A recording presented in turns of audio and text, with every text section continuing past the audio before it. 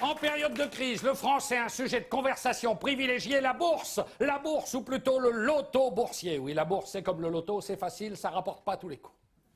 Oui, je sais de quoi je cause. Hein. J'ai commencé à boursicoter dans les années 93-95. Un ami du Crédit Lyonnais m'avait conseillé de placer mes actions dans Eurotunnel. 6 mois plus tard, c'est moi qui faisais la manche. J'aurais dû être désespéré, jamais. J'étais persuadé que la bourse et le tiercé étaient un endroit où l'argent pouvait être placé, mais aussi gagnant. Quand il y a quelque temps, j'assistais à la chute des cours. J'ai cru qu'il s'agissait d'une plaisanterie pour nos banquiers, puis comme je suis un homme d'action, j'ai engagé mon crédit personnel et me suis fait une obligation d'aller vérifier sur place l'ampleur de la catastrophe. Une véritable descente aux affaires.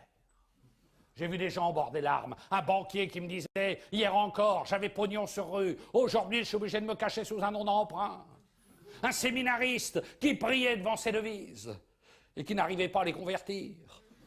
Il était là au nom du Père, du Fils, du Saint-Bénéfice, Amen.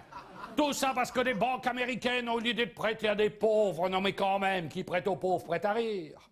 Ceux qui n'ont pas d'argent quand ils viennent vous en emprunter, en ont rarement plus quand il s'agit de vous rembourser. C'est ce qu'on a appelé l'affaire des subprimes. Oui, c'est un mécanisme un peu compliqué. Je vais vous donner un exemple, vous allez comprendre très vite. Ginette a un petit bistrot. Les affaires vont mal. Un jour, elle a une idée géniale. Elle ouvre une ligne de crédit à tous ses clients, en majorité alcooliques et chômeurs de longue durée. Elle profite au passage pour augmenter le prix du café, le prix du calva, et ça marche du feu de Dieu. Les clients rappliquent. Le chiffre d'affaires potentiel est multiplié par 3, par 4, par 5, à tel point que Ginette doit grandir. Elle va voir son banquier qui lui octroie un crédit hypothécaire assis sur les actifs de Ginette, à savoir les ardoises des clients alcooliques et chômeurs de longue durée du bistrot. Arrivé au siège de la banque, ces actifs sont découpés en petits morceaux, intégrés dans des PEA et revendus à des gens comme vous et moi qui, sans le savoir, se retrouvent petits porteurs des actifs de Ginette, à savoir les ardoises des clients alcooliques et chômeurs de longue durée du bistrot. Ces actifs sont vendus, revendus, revendus, avec à chaque fois une petite marge, jusqu'au jour où, à l'autre bout de la planète, il y a un petit Chinois qui s'aperçoit que les clients de Ginette n'auront jamais un rond pour payer leur verre. Ginette met la clé sous le paillasson, le banquier ouvre son parachute doré et les petits porteurs s'assoient sur leurs économies. On aurait pu croire à une catastrophe, que chacun laisse précipiter à la banque pour retirer tout ce qu'il avait. Ça, c'est pas produit et c'est normal. Mon banquier me disait, le Français est plus fidèle à sa banque qu'à sa femme, et c'est compréhensible. Même après 30 ans de vie commune, la banque continue de te baiser tous les matins. Et c'est ce qu'ils ont fait. Ils ont menacé de jouer à guichet fermé, et Sarkozy s'est fait tirer l'oseille. Des milliards qu'il leur a filé. Seul problème, le pognon qu'il leur a filé d'une main. Le ministre des Finances est en train de le récupérer de l'autre. Sa devise est d'une simplicité élémentaire. Un bon contribuable, c'est comme un bon cochon, doucement.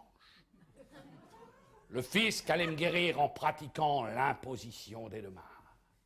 Nul ne peut échapper à la pression fiscale. En France, quoi que vous achetiez, tout est taxé. T'achètes du pain, il y a une taxe. T'achètes du lait, il y a une taxe. T'achètes du café, il y a 2 taxes. Une taxe, une sous-taxe. Comme en plus on est taxé par ordinateur, ça n'arrange pas le problème. Dans ma dernière déclaration d'impôt, il était noté, avez-vous un cheval de course ou de selle? Ma femme en a un. J'ai mis une croix. Pour l'ordinateur, une croix égale 2 traits. Le percepteur en a déduit que j'avais un cheval de trait. Il m'a dit, vous avez un cheval de trait? Il y a un cheval de trop. Il a tout recalculé. Il a modifié mon assiette, élargi ma fourchette. Tout ça parce que ma femme était cuillère. Oh, il y a de quoi trouver sa louche.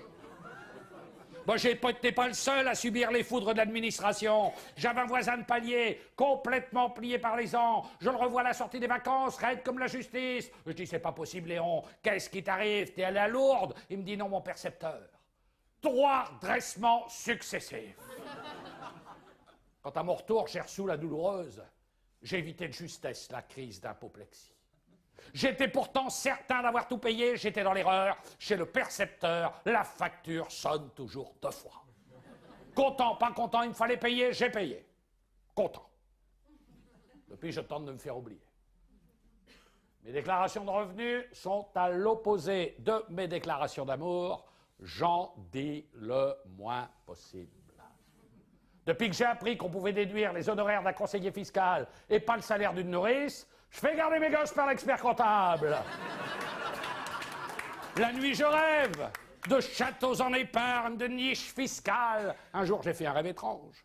J'ai rêvé qu'à la bourse des valeurs, je ne valais plus rien. Mes paroles n'étaient plus prises pour argent comptant. J'étais incapable de donner le change, je perdais mon crédit. Ma vie était devenue une énorme transaction. Je vendais mon âme au diable et achetais son silence. D'une bête de scène, j'étais devenu une bête de somme.